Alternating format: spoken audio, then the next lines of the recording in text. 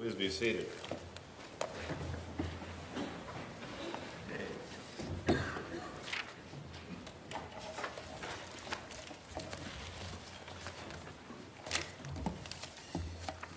The final case for oral argument this morning in this term is Alicia Black Bear and Kelsey Walking Eagle Espinosa appellants versus a whole lot of folks. For the appellants, we have Mr. John Heinrichs and Mr. Scott Heidepreen, attorneys from Sioux Falls. Mr. Heinrichs, I understand you'll be presenting this morning? Yes, sir. Very well, and I'll try to work my way through all the defendants, and pardon me if I don't get them all right. But we have for Applee Mid-Central Educational Co-op, Mr. Ryland Deinert, an attorney from Sioux City, and Mr. Quentin Riggins and Ms. Catherine Cook from Rapid City for the American Indian Institute. We have Mr. Samuel Kerr for a lot of individual defendants. We have Mr. Terry Pachota, an attorney from Rapid City for Mr. Stacy Phelps. We have Mr. Eric Steinhoff from Minneapolis, Minnesota for Applee Daniel Gerke, and we have Mr. Richard Rylance II for Applee Estate of Scott Westerhouse, and if I missed anybody, I apologize.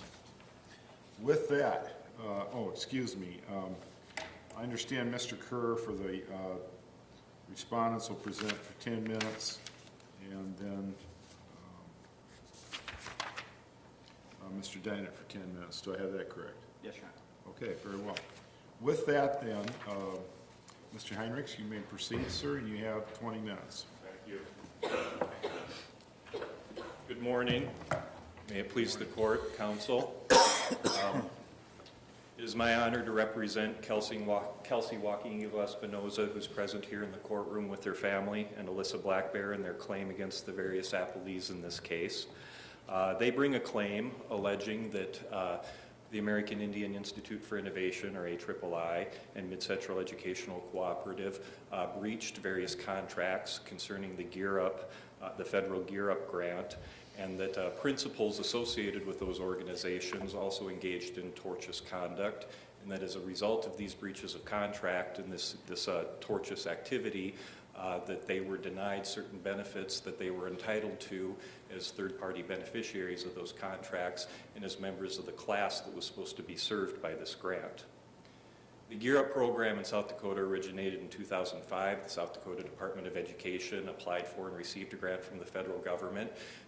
The Gear Up grant was intended, with respect to South Dakota specifically, was intended to provide opportunities to help impoverished Native American students and Native American students in impoverished areas to achieve the goal of secondary education, assist them with getting through high school and matriculating to college. The original grant was administered by the Oseti-Saskawan Education Consortium, or OSEC. One of the principals at OSEC was one of the appellees here today, Stacy Phelps. In addition, Scott Westerhouse was also associated with OSEC. When that grant expired, Mid-Central Educational Cooperative approached the South Dakota Department of Education and said, we should reapply for this grant and we will administer it and we will offer these same services. According to the former Secretary of Education shop in her deposition, one of the principals who was bringing this idea forward was Stacy Phelps, who was responsible for the original grant. At this time, Mid-Central Educational Cooperative was a cooperative made up of a number of central South Dakota schools.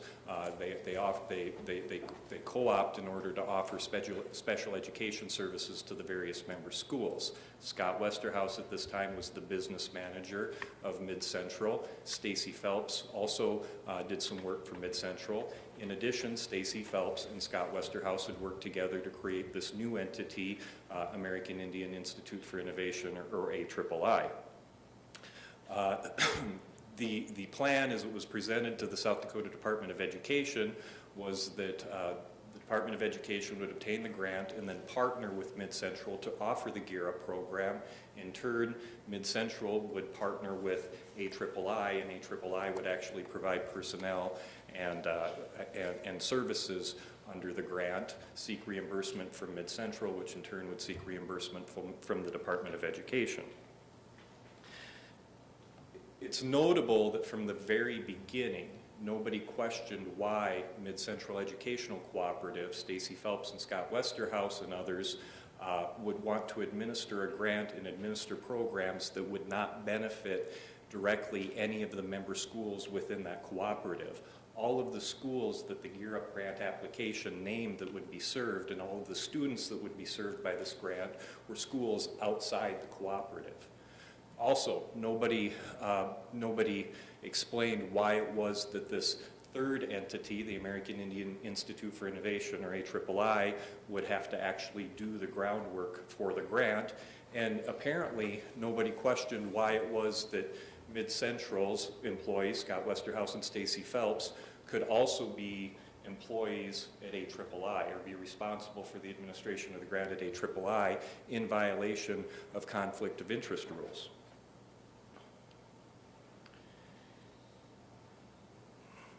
Mid-Central and South Dakota Department of Education applied for and received the grant. Mid-Central Educational Cooperative and the South Dakota Department of Education entered into partnership agreements that incorporated the grant application as terms of the partnership agreement. And it is this partnership agreement is one of the contracts that we assert and that the trial court found that Ms. Walking Eagle Espinoza, Ms. Black Bear, and the other members of the class are the third-party beneficiaries of. The grant application specifically circumscribed a group of people, a cohort is the terminology that was used in the grant application, of people in certain grade levels who went to certain schools who were intended to benefit from this grant. Later, during the discovery process in this case, Mid-Central Educational Cooperative conceded that this partnership agreement was specifically intended to benefit this group of people. Had your clients applied for, been notified they were recipients of benefits under this program? Only to the extent that once the program is being is in effect in these various schools that the program is supposed to be serving have programs available, then it is apparently made available to students and their parents. So they didn't like have a letter saying you have been selected for benefits under the program, you individually? That's correct, because the program was intended to benefit students who are attending certain grade levels at certain schools. Is that then why the trial court certified this as a class action? That's correct, Your Honor. The trial court found that Ms. Walking Eagle Espinoza and Ms. Black Bear were members of this class, that the class was very carefully defined by the grant and by the partnership agreement, and that they properly represented the people who were members of this class. So there's no list of students who could have qualified under this. It's basically anybody who happened to attend these Native American high schools? That's correct. At this time, in certain grade levels. All right. That's correct. One other question on that. When you mentioned certain students and certain schools, so were any of the services provided through the Gear Up funds off-site of a reservation school, for example? One of the programs that these Gear Up funds paid for was the Summer Honors Program at the School of Mines and Technology, where students from these schools who qualified under the strictures of the grant could attend the Summer Honors Program. And so that was one program that was offered off-site. In addition, it's our understanding that the Gear Up program was also supposed to offer assistance to parents whose children went to these schools and were in these grade levels, assistance to parents in helping them prepare their children for college, examine college alternatives, and apply for financial aid. Was there any contractual relationship then between the Summer Honors Program at School of Mines with the school with whom the students were attending? I'm not aware of any contractual relationship between those parties. Okay. The grant was received, and it was awarded in 2011 and 2012. It went into place. The South Dakota Department of Education provided education to Mid-Central as to how to receive reimbursement under the grant. And Mid-Central and AIII began to administer the grant. The South Dakota Department of Education provided substantial assistance, according to the former Secretary of Education, provided substantial assistance in assisting Mid-Central in submitting reimbursement requests, submitting documentation of their expenditures, and receiving the benefits of the Was the state charged with oversight authority of Mid-Central? The partnership agreement required them to work together. In terms of financial oversight, yes, there were personnel from the Department of Education who had financial oversight, who were responsible for reviewing the expenditures as they came up and authorizing the reimbursement and then passing that along to the federal government. There was no apparent programmatic oversight. In other words, the Department of Education did not actually, other than receiving the programmatic audits that Mid-Central provided to them and passing them on to the federal government, the Department of Education did not directly oversee any of the programs. From the very beginning, there were concerns about the administration of the grant by Mid-Central. Somebody whose identity is confidential pursuant to state law went to the Department of Legislative Audit and made allegations of misuse of Gear Up funds by people associated with AIII and Mid-Central. They alleged misuse of funds, frivolous use of funds, funds for personal use, unaccounted for funds. The Department of Legislative Audit, based upon these confidential allegations, included the Gear Up grant in Mid-Central in their 2014 single audit. They performed that single audit, and as a result, there were certain shortcomings that were described in that single audit report attributable to Mid-Central. The South Dakota Department of Education and Mid-Central, again, got together and tried to sort out these various audit findings. It's around this time, and when the 2015 single audit was about to occur, it's around this time that Scott Westerhouse and Stacy Phelps, according to law enforcement, worked to replace the original contract between Mid-Central and AIII, which described AIII as a subrecipient or partner of Mid-Central, with a new contract that was signed by Daniel Gerke and backdated that portrayed AIII as simply a vendor that was working for Mid-Central. As a result of this backdated contract, it's our allegation, and according to the Auditor General and Secretary Shop, because of this new contract that replaced the original one that was sort of surreptitiously put into place, AIII was shielded from audit requirements. It's our allegation that this was done in order to conceal wrongdoing that was occurring at AIII. In addition, criminal investigations revealed that AIII and people at AIII were, in the words of one of the Division of Criminal Investigation personnel who investigated, that they were using Mid-Central as a bank. Basically, AIII was taking money from Mid-Central's general fund, using it to pay AIII's expenses and salaries, and then would return it in a piecemeal fashion.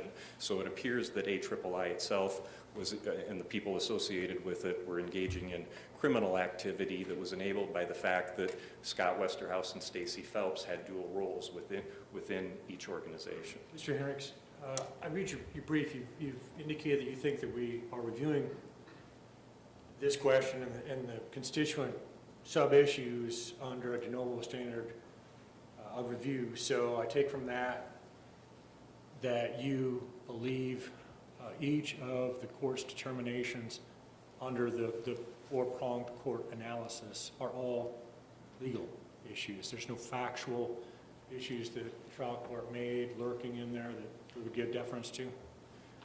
Your Honor, I agree that the court analysis is a legal issue. However, we do not agree that court analysis is appropriate in this case. The threshold question here, in order to, we have argued in our brief that the court should not have applied the court analysis because the court analysis is only appropriate if the students are bringing a claim pursuant to the Higher Education Act, which created the Gear Up program. That is not the basis of our claim. The basis of our claim are state law claims for breach of contract. To answer your question directly, yes, the court analysis we believe is a legal issue. The facts we don't believe are reasonably in dispute that are needed to decide that legal issue, but we don't believe that this court should apply any court. How do your clients become contracting parties? They're third-party beneficiaries of the contracts. The contracts specifically describe them as the beneficiaries. Mid-Central conceded as much. And a third-party beneficiary may sue to enforce a contract as long as the contract has not been rescinded by the parties under South Dakota law. What distinguishes your state law claims from other would-be grant recipients who would seek to assert a private right of action after they're unable to receive or they don't receive the grant proceeds? It would depend upon the grant in question and what the terminology of the grant was. There's no explicit provision in the Higher Education Act that forecloses these state law claims, and the trial court concluded that that was the case. If the students were suing under the Higher Education Act, they would have specifically said so in our complaint, and we would have filed the claim in federal court. These are claims based upon the contracts between the Department of Education and Mid-Central and between Mid-Central and AIII. But their determination, or rather their assertion that these involve only state law claims, doesn't necessarily insulate them from further, more discerning inquiry into the true nature of those complaints. And of course, the court can in other cases say that even in the absence of an express private right of action, one may nevertheless exist. I would disagree to the extent that other courts that have examined this issue within the context of the Higher Education Act have concluded that that federal courts won't exercise pendant jurisdiction over state law claims. They won't dismiss them with prejudice. They'll determine that claims under the Higher Education Act can't proceed because they're preempted, but concurrent state law claims, we can find no cases where those concurrent state law claims are not allowed to proceed in state court.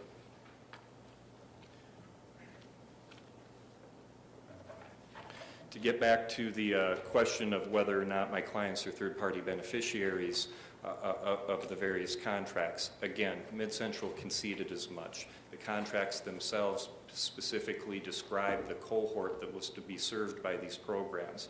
The Department of Education and Mid-Central worked together to administer these programs for the benefit of the students.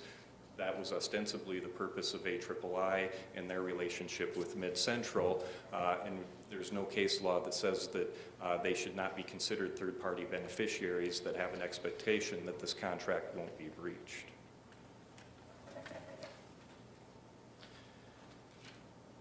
As I explained to Justice Salter, we are not claiming that the students' claims arise under the Higher Education Act. It seems from reading the trial court's decision that the trial court concluded that they did because we are dealing with a pot of money from the federal government, which the federal government, under the Higher Education Act, has the power to regulate and then claw back. And because the students' remedies include financial compensation for breach of contract and tort, that those two things conflict with one another. We assert, and we argue this in our brief though, it's immaterial that the federal government provided the money that was the subject of these various contracts. Rather, the student state law claims for breach of contract and tortious and negligence and conversion, the students' state law claims, the damages could come from any source. It doesn't necessarily, any rewarded damages could come from any source. It does not necessarily have to come from the pot of money that could be clawed back by the federal government. Well, what if the federal government seeks its money back? Because it certainly didn't go for the designated purpose. If the federal government does in fact take back its money, then obviously an award for damages on the state law claims would have to come from another source. I would note that both AIII and Mid-Central in their answers to our discovery disclosed that there are errors and omissions insurance policies. In addition, we've sued various parties individually. Well, I guess theoretically, you could have the federal government seeking the money back, the state might be on the hook for it, and they might be seeking it back, and now your client. So you potentially could have 3 different parties seeking the same dollars, right?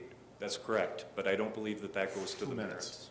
But I don't believe that, thank you, I don't believe that that goes to the merits of the claims and whether or not the claims are foreclosed by the federal law. The fact is, these students' claims are not preempted by the federal law, not explicitly and not implicitly.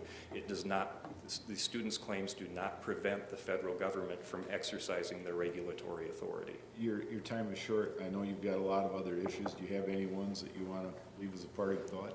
Your Honor, I will defer to counsel so that they can raise theirs, and then I'll respond to their arguments as they arise. All right. Thank you. Thank you. All right.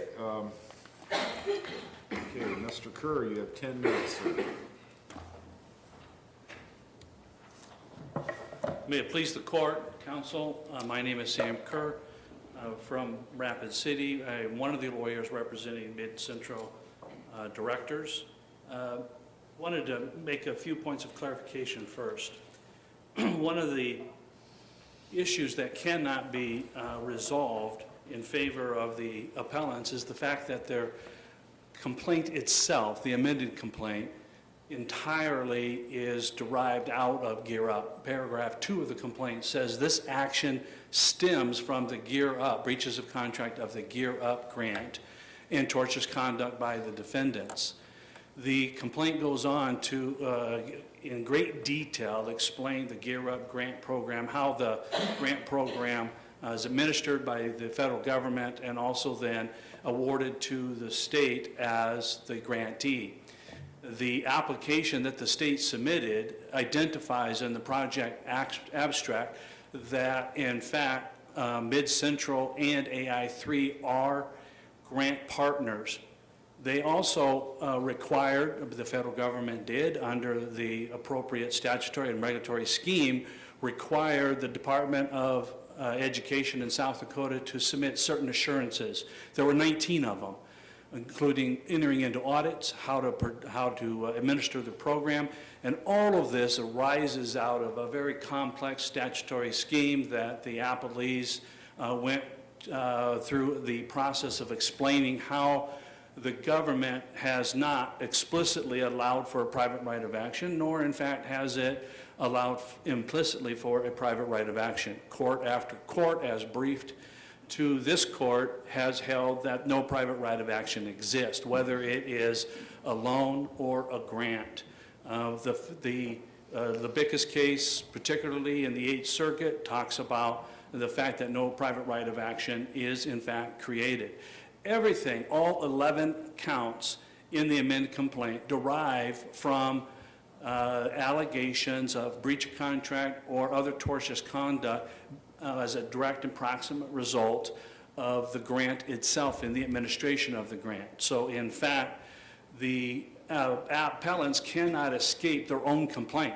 Their own complaint says this is what happened. So your argument is that we should not accept their characterization of their claims as purely ones arising under state law? Well, this is another way of trying to get around saying that HEA doesn't apply here because we're only seeking state law claims, when in fact the 2 breaches of contract are contracts that are arrived and required by the federal scheme to ensure that federal monies are in fact handled in a proper way, accounted for, subject to audit, and subject to enforcement even by way of remedy by the federal government. So yes? So you're saying that the, So yes. Yes. the source of the dollars coming from the federal government is controlling here?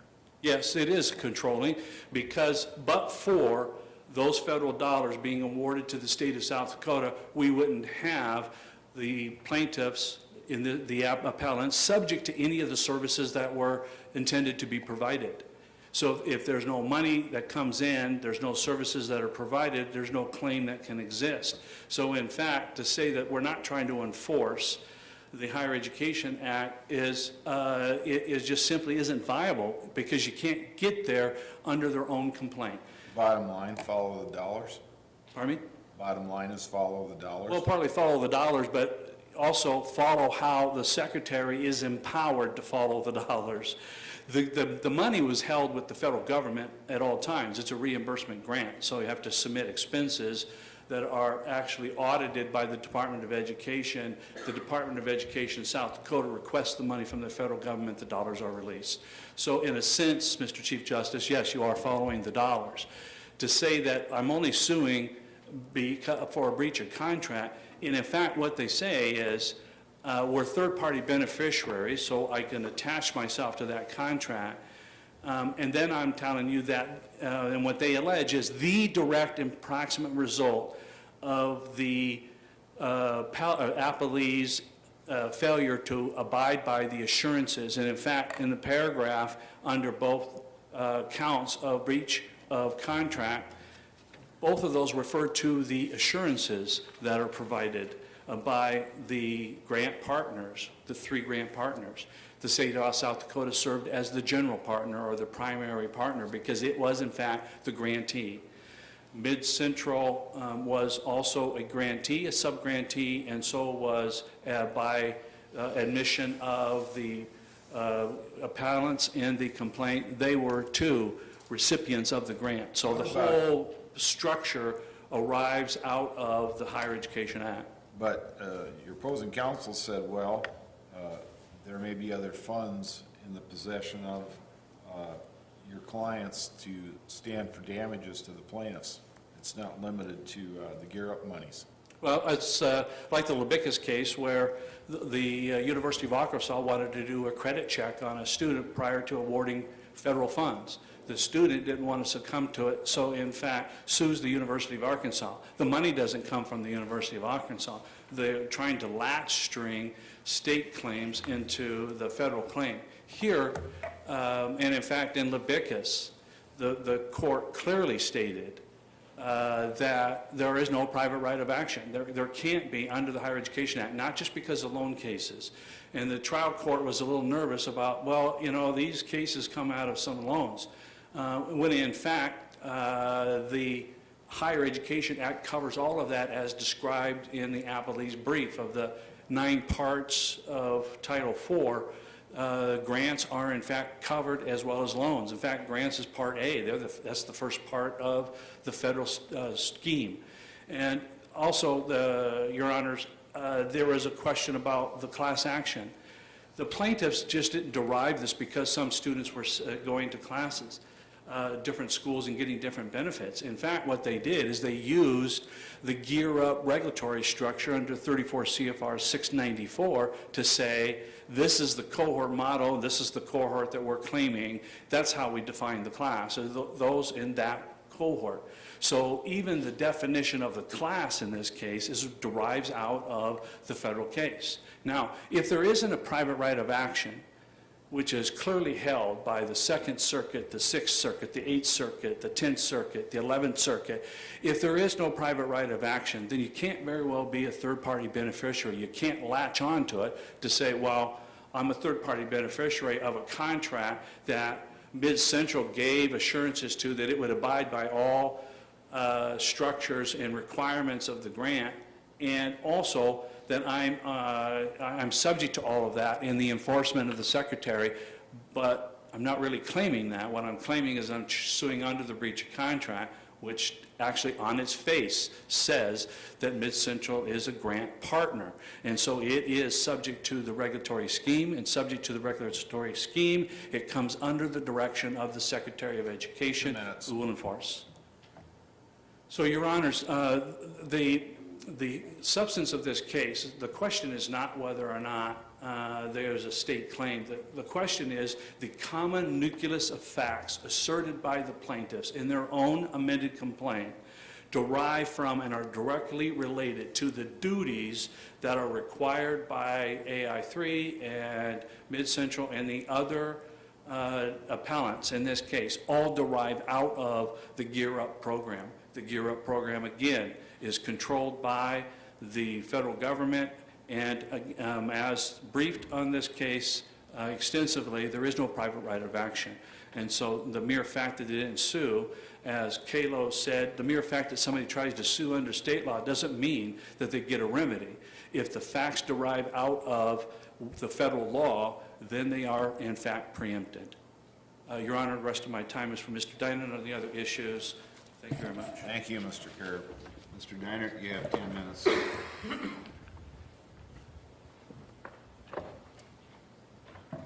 Police Court, Councils. My name is Ryland Deinert. I'm originally from Mitchell, South Dakota, and reside in Sioux City. And I'm presenting the issues other than the preemption on behalf of all of the appellees. In regards to this argument of the third-party beneficiary, we need to look more closely at what the relationship is between Mid-Central, the South Dakota Department of Education, and the United States Department of Education. Mid-Central was not involved or did not bring the Gear Up program to South Dakota. That was the South Dakota Department of Education. They applied for a grant with the U.S. Department of Education and got it back here. Secretary Melmer at the time is the one that broached the issue with Mid-Central to administer this program, and they did. And that led to partnership agreements being entered between the South Dakota Department of Education and Mid-Central. If you look at the appendix as well as the certified record, you will see that the partnership agreements, it's not an equal partnership. The South Dakota Department of Education is the lead partner per the terms of the partnership agreement. What Mid-Central needs to do is they need to administer the program, the Gear Up programs for the state, and then report back to the state what they've done. They need to submit budget proposals every year. They need to submit audit reports of how the programs are working or if they're not working. And they need to submit expenses for this drawdown report. And in that regard, you'll see is we have a contract with a lower contract. The students, the appellants, were not the third-party intended beneficiaries of this agreement. The state of South Dakota was the only intended beneficiary because Mid-Central was handling administrative duties on behalf of the state. The state could push their hands back and say, all right, we'll let Mid-Central take the lead on administering this program. And essentially, the South Dakota state was subcontracting out its duties under the grant.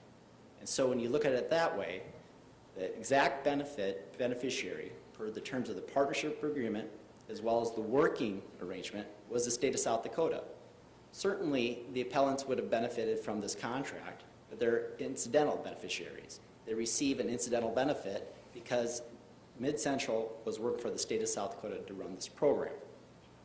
As cited in our brief, the CISNY case, this court dealt with a somewhat similar issue with facts that are actually worse than this case. In the CISNY case, CBM, a food program administrator, contracted with the state of South Dakota to provide food services for the state penitentiary. A Jewish inmate filed a lawsuit claiming he wasn't getting kosher meals, and the suit was filed as a third-party beneficiary. This court in CISNY determined that Mr. CISNY was not an intended third-party beneficiary of the contract between CBM and the state of South Dakota. If you look at that case, Mr. CISNY was directly getting meals as part of that contract with the state of South Dakota, but he was labeled an incidental beneficiary. In this case, we're even once removed from that contractual agreement. We have the United States Department of Education working with the South Dakota Department of Education and then subcontracting out to Mid-Central. If anyone is an intended third-party beneficiary in this case, they would be with the United States Department of Education and the South Dakota Department of Education agreement, not with the one with Mid-Central. Mid-Central got brought into this, and they're not third-party beneficiaries. Additionally, the appellees brought a motion for summary judgment based upon the audit of Auditor General Martin Gindine, who found that no Gear Up funds were taken from Mid-Central or were lost or stolen. It was Mid-Central's own personal funds that were stolen from the entity. The entire amended complaint, all 11 counts, whether they're against Stacey Phelps, Mid-Central, individual directors, all allege it was Gear Up funds that were stolen, converted, or used for the personal use of the Westerhouses. After the incident of the murder-suicide in Platt, Mid-Central hired Ide Bailey to do a forensic accounting audit. From 2013 through 2015 with their audit, Bailey found that no GERA funds went missing. The Auditor General had done a single report earlier and did another report. As part of what the trial court saw was sections of Auditor General Guindian's deposition transcript where he said that no GERA funds were missing. This was a drawdown grant program, as Mr. Kerr told you, where Mid-Central would expend the funds. They would put together expense reports, submit it to Dr. Shop in the South Dakota Department of Education. They would do a review of it and say, yes, that's permissible, that's not permissible, and then they'd submit it to the United States Department of Education for reimbursement. Wasn't the response to that, though, that it didn't take into account how the flow of dollars actually went, and there were some certain amounts advanced each month? There was, Your Honor. $50,000 was an automatic advancement of funds every month because there's costs for salaries, costs for rent for buildings. However, those funds that were expended still had to be shored up with the South Dakota Department of Education and the U.S. Department of Education to prove how those funds were spent. If they were spent prudently, they're spent appropriately. Now, there's wild innuendo and allegations that there was hotels and things like that, but the South Dakota Department of Education and the U.S. Department of Education allowed that. There's nothing, no finding of that at all. We have an innuendo of this inappropriate spending. All right, and then I thought there were some claims made about how the salaries played in whether that was where some of the wiggle room occurred. There was argument of that. We haven't seen any auditor, we haven't seen any evidence from the opposing side saying these salaries were clearly out of line with what an educator would do or administrator would do. It's just blanket allegations. You cannot bring a claim. But this was a motion for judgment on the pleadings, wasn't it? Summary judgment, yes, Your Honor. This, okay. And so there's been no evidence to refute that. You have another? Okay. You look like you're thinking another question. So going back to the GERA funds, let's talk about back up to the GERA funds. The entire amended complaint from counts 1 through 11 are based upon GERA funds missing and not as many programs being administered or being offered to students, and that's the reason why we have this lawsuit. We have no funds at all that have been proven to this day, which this lawsuit was initiated in May of 2016. To this day, we have seen no evidence that any GERA funds were actually improperly utilized or stolen or used. Admittedly, according to Auditor General Guindian, approximately $1.3 million was stolen from Mid-Central, but that was their own funds. That wasn't GERA funds. And that ties into this argument of Mr. Kerr's argument of preemption as well as standing. The entire claim in this case is brought up on GERA funds, and it just cannot stand. So you're suggesting that Mid-Central should be the plaintiff? I do. And your Justice Gilbertson, you had a question about who could come after Mid-Central for this money.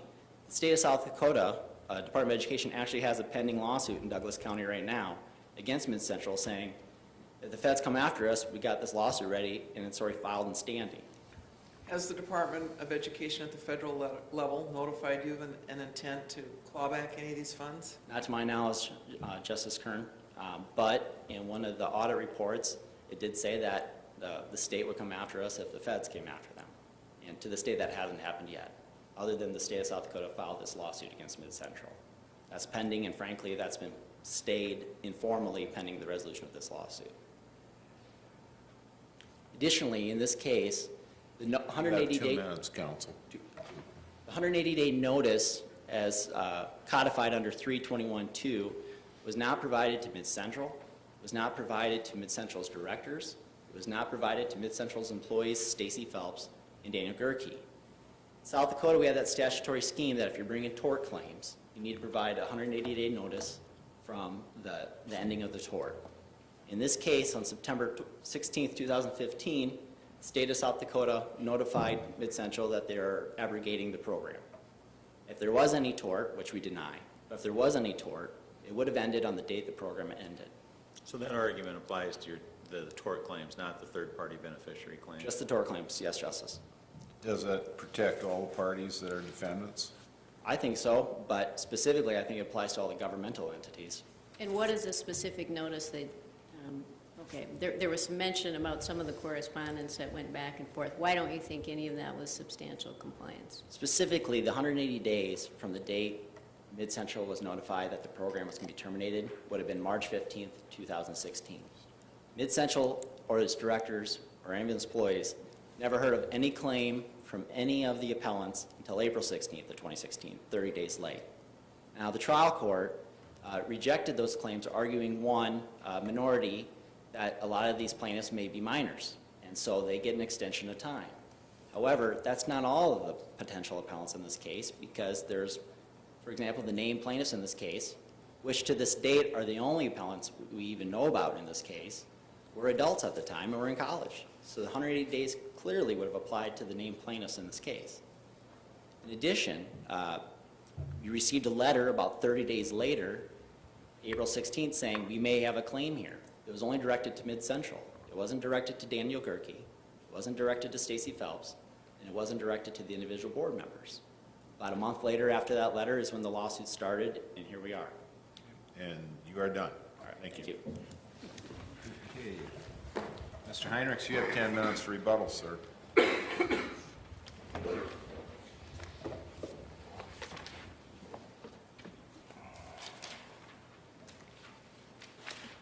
What are the primary cases, counsel, that you would point us to that support your argument that you have an implicit private right of action? The implicit implied right of action, you're referring to the preemption argument, Your Honor. Well, I think that there's an implicit right of action if one accepts that the court analysis is appropriate. That we would argue that, which we don't concede, but if one assumes that the court analysis is appropriate, we would argue that under court itself, there is an implicit right of action, that those four factors should have been weighed in favor of the students. The trial court weighed the first one, that there's no explicit preemption in favor of the students, and we would argue that the other three actors do in fact weigh in favor of the students for the reasons that are set forth in both of our briefs. If you succeed in convincing us that this is just a plain old garden variety breach of contract case, not governed by the court factors, are you just simply then relying on general case law from South Dakota on breach of contract? Correct. That's correct. We'd be relying on breach of contract law, including the law that permits third-party beneficiaries to sue when a breach of contract occurs. And Mr. Erickson, make sure I've got your argument, because when I read your principal brief, of course, it takes those court factors on, as did the circuit court, and has argument on those, and then addresses your views on the express preemption issue. And then you circle back in the reply brief and talk about other preemption concepts. But as I understand your argument, you don't need to win on the court factor analysis. That's correct. You could lose on that, and you could still rely upon holdings or the principle that the lack of a private right of action doesn't displace state law claims. That's correct. The state law claims can coexist with the federal regulations that are in place and with the U.S. Department of Education's jurisdiction over the grant. The two don't cancel each other out. So even if you lose on this court analysis, that's not fatal. Correct. I don't believe that the analysis is appropriate for these facts, but even if we lose on the court analysis would only apply to a cause of action that's brought directly pursuant to the Higher Education Act. Our claims are not brought. I'm not telling you how to do your argument, but you referenced right at the completion of your first presentation, you would, on rebuttal, go into the other issues. Your times are running, so here's your chance. I appreciate that. I want to draw the court's attention to the Labicus case that Mr. Kerr cited. I would note in that case that in addition to the cause of action that was brought directly pursuant to the Higher Education Act, in addition, there were state law claims for breach of contract and breach of fiduciary duty when the district court dismissed the federal action with prejudice because it was preempted. The state court declined to dismiss the state law claims with prejudice because it was just simply declining to exercise pendant jurisdiction. I would also note that if one accepts the arguments of counsel regarding the federal preemption, it would in effect deny all of these students of a remedy. Most of the cases that are cited by appellees on this topic, many of these cases referred to other remedies that the plaintiffs would have if their causes of action were disallowed. In this case, these students the third-party beneficiaries would have no remedies. What specifically is the remedy being sought? It does appear to be damages that go back to the dollars that you allege were mishandled, doesn't it? It would appear in this case that specific performance is out of the question, so in this case it would appear that the appropriate remedy would be dollars to try to bring this class of people to the level that they would have been in had the breach of contract not occurred. And can you respond specifically to the opposing counsel's assertion that you live and die by how you the words you determined to use in your breach of contract in the complaint, and those all did seem to evolve specifically from the federal controls and procedures related to these dollars? Yes, because those were the subjects of the contracts in question. But there's nothing in the federal law that says that just because the federal law is the subject of the contract in question, that one can't bring a breach of contract claim specific to that contract. We're confined by the fact that AIII contracted with Mid-Central, and Mid-Central contracted with the Department of Education on the Gear Up grant. That's what the case is about. But the fact that that was the subject matter of those contracts does not mean that every cause of action on those contracts has to do with that particular federal law or is brought pursuant to that federal law. It's the subject matter. It's not the basis of our cause of action. Do you have any comments on the 180-day argument? Your Honor, I would refer the court to the arguments in our brief, but I would argue that the purpose of the 180-day notice is more than met by the April 21 letter that counsel sent to counsel for Mid-Central. It specifically named Mr. Phelps. It specifically named Mr. Gerke. It specifically described negligence, malfeasance, misuse of funds. This 180-day notice, in addition, or this letter, was also sent shortly after Mid-Central itself had been made aware of the violations. The contractual relationship with the Department of Education had been terminated. They were on notice as to the reasons why, based upon the September letter the Department of Education sent to Mid-Central. Mid-Central had obtained its own forensic accounting by Ide Bailey that added up columns and numbers and said that the numbers add up, and it would appear that this is the amount that was in fact spent. So certainly all the purposes of that 180-day notice, the 7 purposes that are set forth in South Dakota law, all those purposes have been met. And we would argue that there was substantial compliance. If the court would permit, I'd also like to address counsel's arguments regarding the Sisney case. I would argue that the Sisney case is certainly distinguishable in this case. Counsel said that these third-party beneficiaries, the students that I represent, are only incidental beneficiaries of these contracts, and that is simply not the case. They are the primary beneficiaries. The grant language itself and the contracts themselves specifically say that the purpose of this grant is to benefit these students. The state of South Dakota and the Department of Education do not benefit unless my clients benefit. That makes my clients the primary beneficiaries of these contracts. It is the state of South Dakota and the Department of Education who are the incidental beneficiaries. In addition, the Sisney case relied in great deal on the proposition that a private vendor who contracts with the state should not be subject to liability or causes of action from somebody else. They should be protected from that if they're offering a service to the state. In this case, the contract between Mid-Central and the South Dakota Department of Education does not involve a private vendor who was intended to benefit from the decision in Sisney. With regard to the argument by counsel that there's no evidence that any gear-up funds were actually stolen, the trial court found that there's a genuine issue of material fact on this topic. Thank you, Your Honor. He described the claims as wild innuendo and speculation. I would draw the court's attention to the materials in the certified record consisting of the law enforcement reports and the affidavits of probable cause that were submitted by the Division of Criminal Investigation that suggest otherwise. There's certainly evidence from which one could reasonably infer that there was a criminal conspiracy occurring, at least at the level of AIII, crossing over to Mid-Central. We have a confidential, if you will, whistleblower who as early as 2013 approaches the Department of Legislative Audit and said there's misuse of funds. We have an effort by Mr. Westerhouse and Mr. Phelps to apparently try to shield AIII from an audit from both the state and the federal government so that whatever is occurring at that level cannot be investigated or detected.